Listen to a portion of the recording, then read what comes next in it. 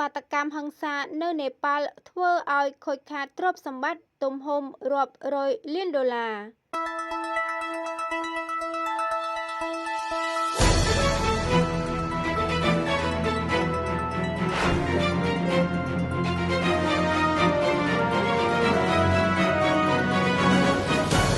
បាតកម្មហិង្សានៅនេប៉ាល់កាលពីសប្តាហ៍កន្លងទៅ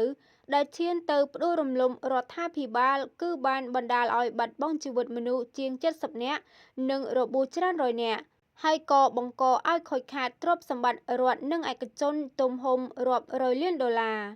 នេះបើតាមអ្នកជំនាញនិងរដ្ឋាភិបាលអន្តរការនេប៉ាល់ដោយឆ្លៀតបញ្ជាក់ថាគេចាំបាច់ត្រូវការពេលវេលាយូរនិងមធ្យោបាយច្រើនដើម្បីជួសជុលការខូចខាតនៅនេប៉ាល់បាតកម្មហិង្សាធ្ងន់ធ្ងររយៈពេល48ម៉ោងកាលពីសប្តាហ៍កន្លងទៅបានបណ្ដាលឲ្យបាត់បង់ជីវិតមនុស្ស72នាក់និងរបួសច្រើនរយនាក់ស្ថាប័នជាតិតួយ៉ាងវិមានរដ្ឋសភាវិមានរដ្ឋាភិបាលនិងស្ថាប័នតុលាការរួមទាំងគេហដ្ឋានឥស្សរជនជាច្រើនរូបត្រូវព្រះអគ្គិភ័យលេបត្របាក់សម្បត្តិសាធារណៈនិងឯកជនរបស់របរមានតម្លៃច្រើនសម្បើមណាស់រងការបំផ្លិចបំផ្លាញ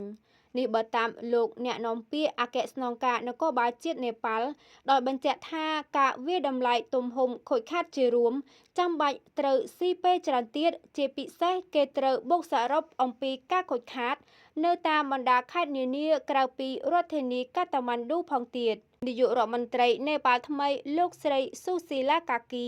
ដែលទៅតែចូលកាន់តំណែងក៏បានលើកឡើងដែរថាបាតកម្មហិង្សាបង្កការប៉ះពាល់ធ្ងន់ធ្ងរដល់អាយុជីវិតមនុស្សនិងបំផ្លាញទ្រព្យសម្បត្តិច្រើនសន្ធឹកសន្ធាប់សូម្បីតែតុលាការកំពូលដែលលោកស្រីនាយករដ្ឋមន្ត្រីធ្លាប់ជាប្រធានតុលាការក៏រងគ្រោះធ្ងន់ដែរនៅថ្ងៃអង្គារទី16កញ្ញាបណ្ដាបុគ្គលិកសាលាជម្រះក្តីកំពូល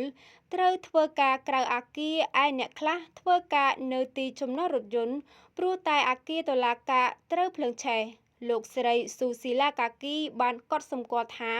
ឯកសារសំណុំរឿងតុលាការភស្តុតាងនានាត្រូវបំផ្លិចបំផ្លាញទណ្ឌិតជាង12,500 នាក់បានហាយគុករត់ហើយពួកគេក្លាយជាប្រភពនៃការគំរាមកំហែងដល់សន្តិសុខសាធារណៈនេះបើតាមលោកស្រីនាយករដ្ឋមន្ត្រីបណ្ដោះអាសន្នក្នុងវិស័យឯកជនវិញគេនៅមិនទាន់បូកសរុបការខូចខាតជារួមទេតែបើគិតត្រឹមផ្នែកសន្តាគារនៅក្នុងរដ្ឋធានីកាតាម៉ាន់ឌូគឺមានសន្តាគារទំនើប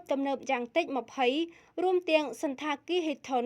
ដែលទៅតែសម្ពោធឲ្យថ្មីថ្មងផងត្រូវពួកជនខិលខូចឆ្លៀតឱកាសសម្រុកចូលលួចសមាគមសន្តាគារនេប៉ាល់អះអាងថាក្នុងវិស័យអាជីវកម្មរបស់ខ្លួនខាតបង់ប្រាក់ប្រមាណ150លានអឺរ៉ូនិងប៉ះពាល់ដល់បុគ្គលិកជាង2000នាក់